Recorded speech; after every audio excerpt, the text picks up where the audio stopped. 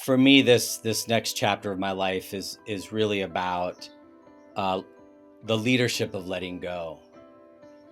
And 3 years ago, when it was clear that Peace First was entering a new chapter that was about globalizing our work, the fact that our digital platform was spreading to parts of the world that we weren't advertising in, that we weren't building partnerships, that young person to young person was spreading this idea of youth-led social change, that it was Victoria in Nigeria who was telling 5 of her friends and they were telling 5 of her friends, rather than through some MOU with a global NGO.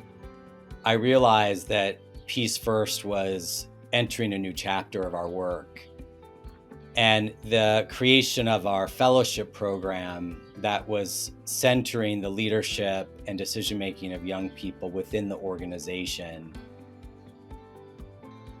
that building that chapter of Peace First was something I wanted to do, and that it was going to be my last chapter.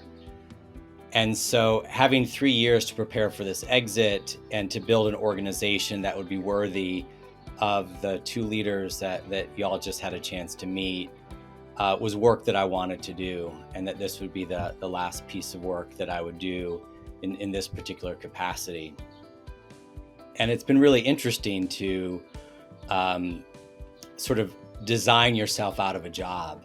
I've always belonged to Peace First and will continue to belong to Peace First forever. And that's been the beauty of this organization, and more importantly, this work, is it has always been authorless, or maybe a better word to say is authorful. It's always been owned by everyone who has had a dream and a vision of wanting to transform the world. It's always had a place at the table for someone who's had a dollar to give, an idea to bring into the world, and wanted to contribute to something bigger, bolder, kinder, more courageous than they could do on their own.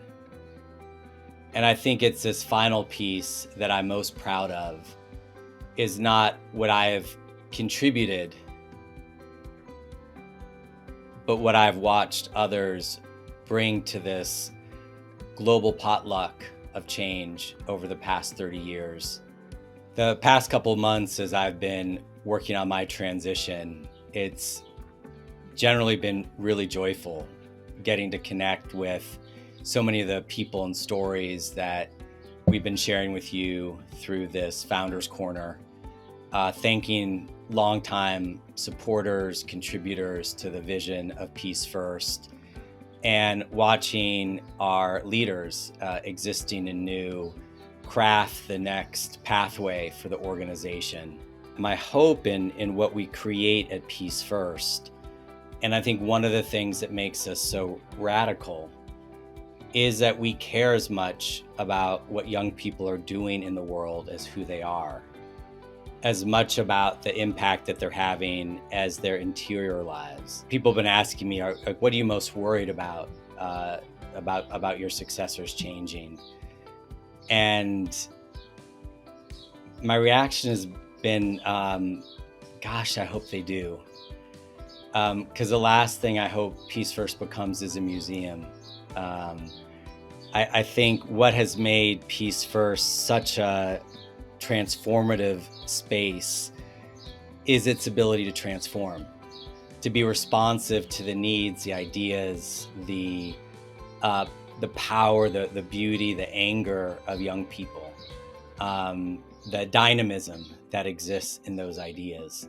What I'm most excited for Peace First in this next chapter is all the things that I don't know, all the things that will surprise and delight, all of the vision and creativity that is yet to be. And so besides being a donor and a super fan, I'm looking forward to continuing to be part of this community, to being of service to the co-CEOs, to being a champion for this vision and mission in every way that I can be. And so the Buddhist in me knows that questions like, is it worth it, are a fool's errand. But